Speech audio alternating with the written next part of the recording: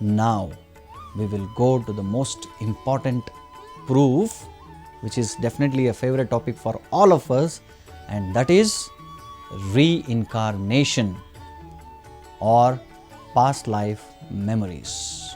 So, Dr. Ian Stevenson, he is a Carlson Professor of Psychiatry at the University of Virginia. He has done extensive study and research and has investigated more than 3,000 cases of reincarnation and the past life memories. And we are very proud, and I am very happy to introduce you to this famous lady, Dr. Satwant Pasricha. She was head of the Department of Clinical Psychology at NIMHANS, National Institute of Mental Health and Neuroscience, Bangalore. So Dr. Satwant Pasricha, she was also quite intrigued by this concept of reincarnation, past life memories, and she worked with Dr. Ian Stevenson. And Dr. Satwant Pasricha explains herself that she has done investigation about past life memories for more than 45 years, and she is from Bangalore. Now, what exactly happens in reincarnation? Are you curious to know? Let me explain. What exactly happens in reincarnation? A child is born, and by the time it reaches 2.5 years, 3 years, when the child starts speaking, the child speaks some different language altogether. In the family, they speak one language, but the child is speaking something different language. Even parents do not know what is that language all about. And the child starts claiming that I am married, I have a wife, I have children, I want to go, I want to meet them. And parents become completely bewildered because they want to have a wonderful relationship with the child, but the child is not happy to stay with the parents, but the child wants to go back to some different place, some different city, some different country, and want to live with the child's previous lives, wife, children, and so on. So rather than explaining the theory, let me explain you a real story which happened in Mumbai. So this is a story, one of my colleague, friend, he was giving a presentation. He was giving a seminar on reincarnation. And he was explaining about how the concept of reincarnation works, everything. Suddenly one boy raised his hand. And my friend said, "You have any question to ask?" And he said, "I don't have any question to ask, but I would like to tell you, I myself am a reincarnation." And my friend got little confused. He said, he saw if some girls, boys are there, young boys and girls. So sometimes boys wants to impress girls. So is he saying something because he wants to impress some girls? And he questioned, "Are you serious?" And he said, "Yes, I am very serious about it." And he said, "Please wait." And he went home and got back his paper cuttings, articles written by doctors, and he showed. And his name is Kapadia. He was studying in Ruparel College in Mumbai. So I will narrate you this story about Kapadia. If you want, he is available on Facebook. He is now a professor of mathematics in Bombay, and his article is available in Google. So you can just do Google search and you will get his entire story. So for your information, let me also explain. So Kapadia, in his previous life, he was a security guard in the museum in Udaipur. So Kapadia, he was born in Mumbai. When he started speaking by the age of 2.5 years, he started telling his parents, "I have a wife, I have children, I want to go back to my place, which is Udaipur." And he was speaking some different language. He was speaking Marwadi. And in his house, they were speaking Hindi, but here the parents did not know this language, but he started speaking Marwadi. And he started claiming that I want to go back to my place, Udaipur. And parents were completely bewildered. They were pained. because this is my son. As father, I want to have that loving relationship, and this boy is not accepting me as his father. So father and mother, they were completely bewildered. They took him to different temples, Hanuman temple, Ganapati temple, Shani temple. They started giving him nimbu, all mantra, tantra, they did everything. And day by day, day after day, month after month, he was becoming very serious, and he always wanted to go back to Udaipur and meet his wife and children. So they were fed up. They showed to many doctors, psychiatrists, and one of the psychiatrists, he said, I think this is better that he should be consulted by Dr. Ian Stevenson. So he called Dr. Ian Stevenson and his team, Dr. Satwant Pasricha and the entire crew. They came to Mumbai and they discussed with the parents what happened. So the parents explained what is happening to the child. And Dr. Ian Stevenson and the team, they sat with this boy, Deep Kapadia, and they started probing so many questions. So tell me, who are you? And he would say, my name is Raju, I was a security guard. Oh, really? So then immediately they did research. They sent some people to Udaipur and they found out there was a person by the name Raju, and he was a security guard. And every detail what this small boy of 3-4 years old he gave, everything was exactly matching with the investigation report. So Dr. Ian Stevenson told his parents that somehow we will take this boy to Udaipur, but we will not tell him. Secretly we will take him.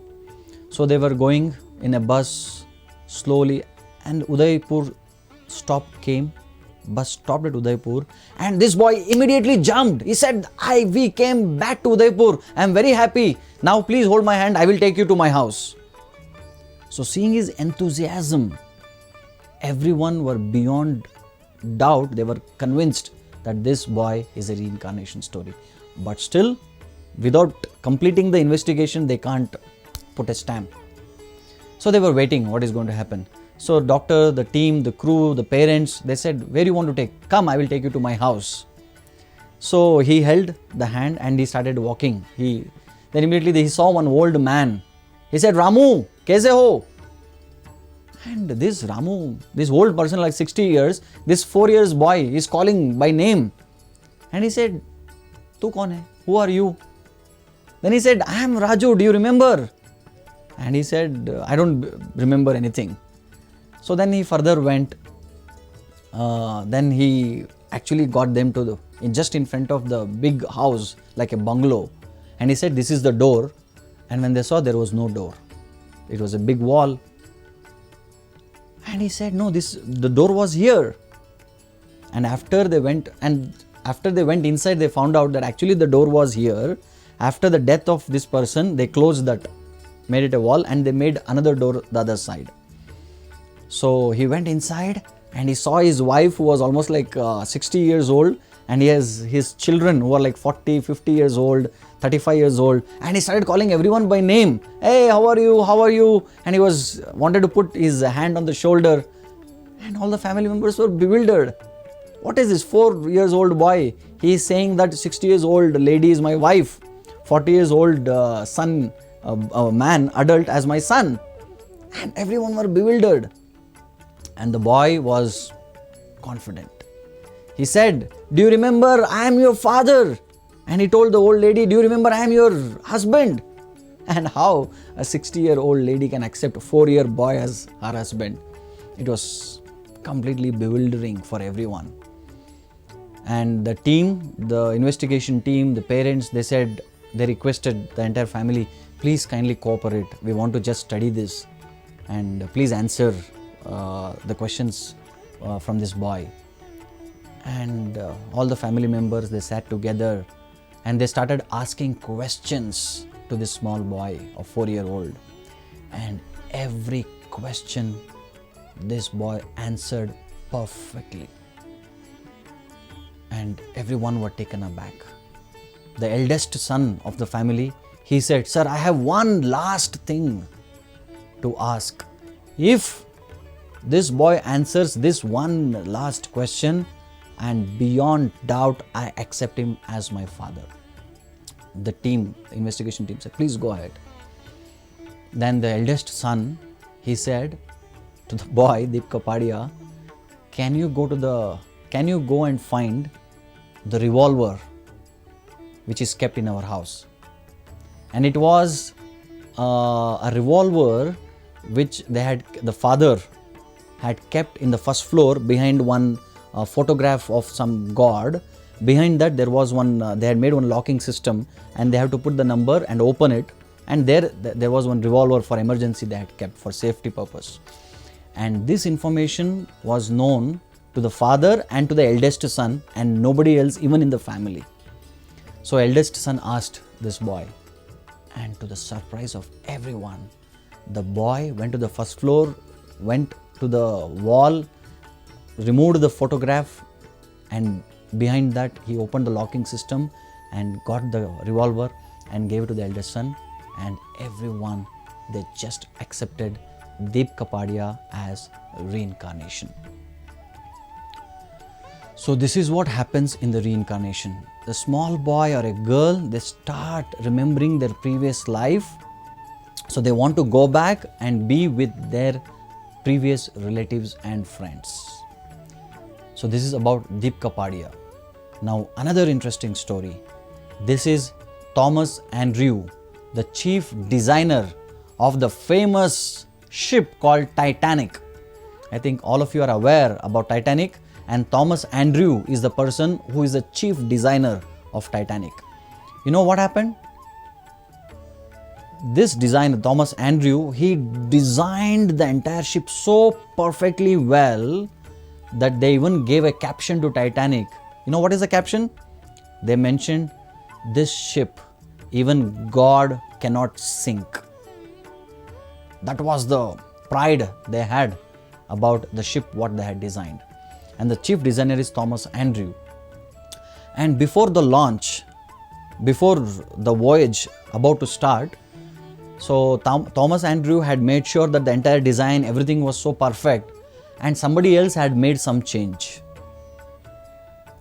And Thoma Andrew had told that don't make that change. If you make that change, some danger can happen. They ignored Thoma Andrew, they made the change. And finally we know what happened. The Titanic was sunk in the water, it collapsed. This Thoma Andrew was again born as Willaim Barne.